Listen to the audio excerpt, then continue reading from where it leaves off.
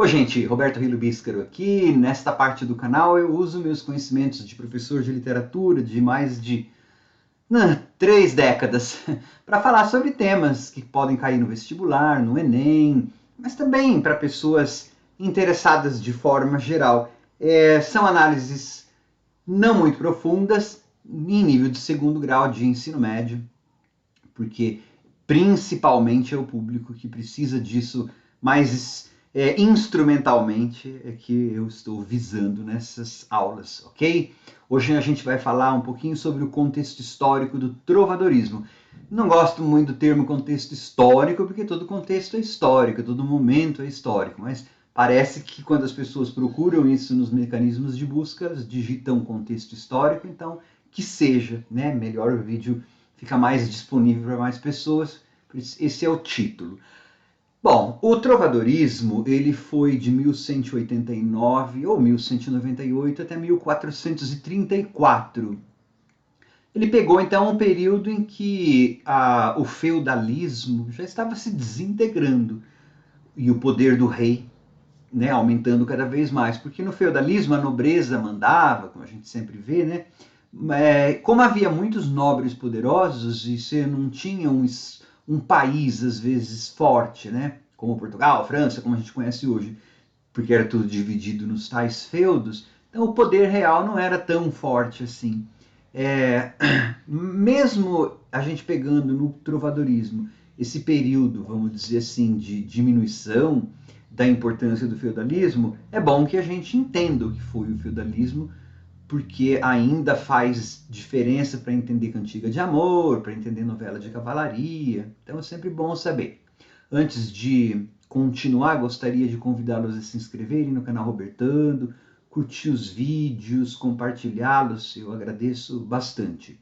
Então é assim, pessoal, durante o trovadorismo imperou um sistema socioeconômico chamado feudalismo, no qual a riqueza era muito dada em termos de terra, posse de terra. Então imagina o tanto de litígios e guerras e invasões que não havia, né, entre vizinhos querendo conquistar mais terra, mas também naquele período, na Idade Média, houve muitas invasões dos bárbaros, né, de várias partes da Europa e fora da Europa invadindo, né? Lembra, por exemplo, a Península Ibérica foi invadida pelos mouros, tal. Então, todo esse período, muitos séculos, houve muita beligerância e as pessoas então deviam se sentir muito inseguras. Os feudos, que eram as grandes propriedades rurais, davam em mais de um sentido esse sentido, essa sensação de segurança que as pessoas ansiavam. A gente sempre quer segurança, né? Então era assim, você tinha um senhor feudal, que era um suzerano, S-U-S-E, rano, que cedia suas terras para vassalos que a cultivavam e em troca desse cultivo davam uma boa parte da produção para os suzeranos, mas ganhavam proteção militar, né, mediante cavaleiros medievais, e também proteção jurídica.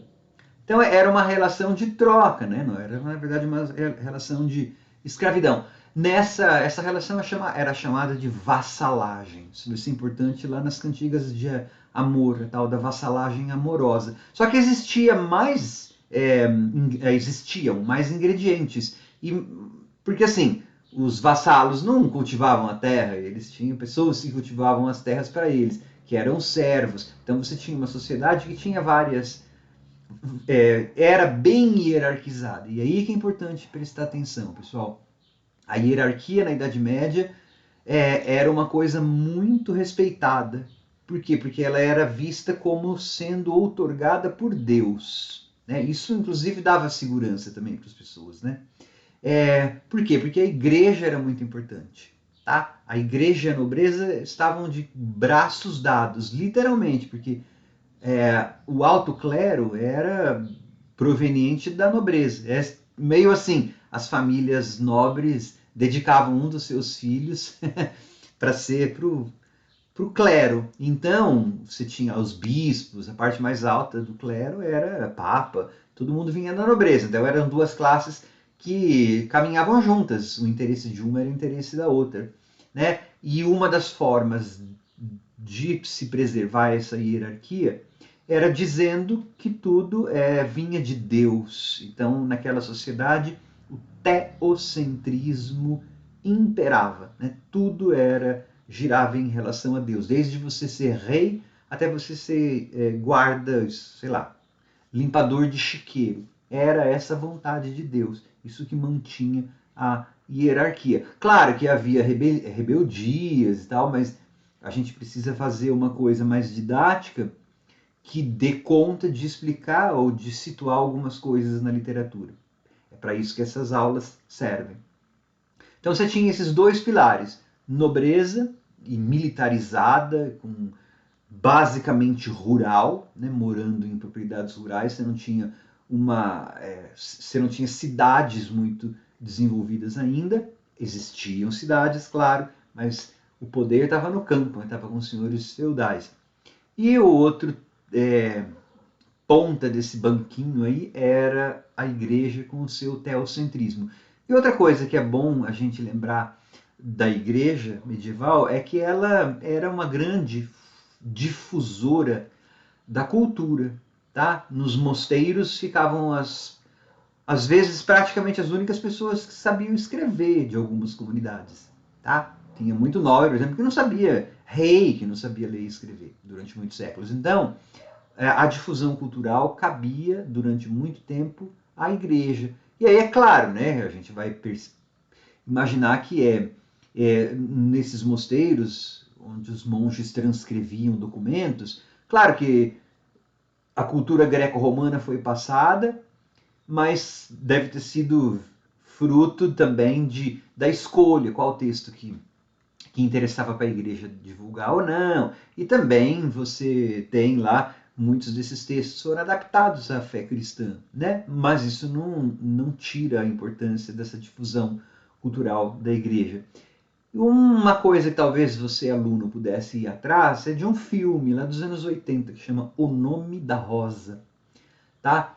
Que mostra essa parte dos escribas e dentro de uma história de detetive, meio lá Sherlock Holmes. É até, na verdade, uma paródia ao Sherlock Holmes. Atualmente, estou gravando isso em 2021, em 2020 houve uma minissérie, em 10 capítulos sobre, né, esse romance O Nome da Rosa. Mas se você quer uma coisa mais rapidinha, o filme da década de 80 é bem legal. Tem gente sendo queimada na fogueira, e aí né, é uma forma lúdica de você ver mais ou menos como funcionava um mosteiro. No caso, não em Portugal, mas um mosteiro ali, tá? E outra coisa que é muito importante na Idade Média são as cruzadas, tá? Que eram expedições militares em nome do rei e em nome da igreja para reconquistar as terras lá na Terra Santa que haviam sido conquistadas pelos mouros, estavam nas mãos dos mouros. Então ia muita gente, né, da Europa. Teve até uma cruzada que foi uma cruzada de crianças, olha só. Muita gente ia lá para o Oriente para lutar na Terra Santa. Né? Isso teve várias consequências, inclusive econômicas, né? Pessoas voltando com produtos. Mas, o que interessa é a gente saber que houve esse fenômeno das cruzadas, que eram expedições militares sancionadas pela igreja, né? Que voltavam carregadas de ouro e de outras coisas. Mas faz diferença para a gente entender, por exemplo, contextualizar as cantigas de amigo, depois as novelas de cavalaria, tá? Isso são coisas importantes de saber. Pessoal, sempre é importante vocês lerem sobre os temas que eu falo aqui também e fazerem exercícios simulados, porque senão a gente não memoriza direitinho as informações. São muitas informações. Imagina, só aqui tem um monte. Imagina de todos os períodos literários e de todas as disciplinas que vocês têm que estudar, mas vocês conseguem. Tchau!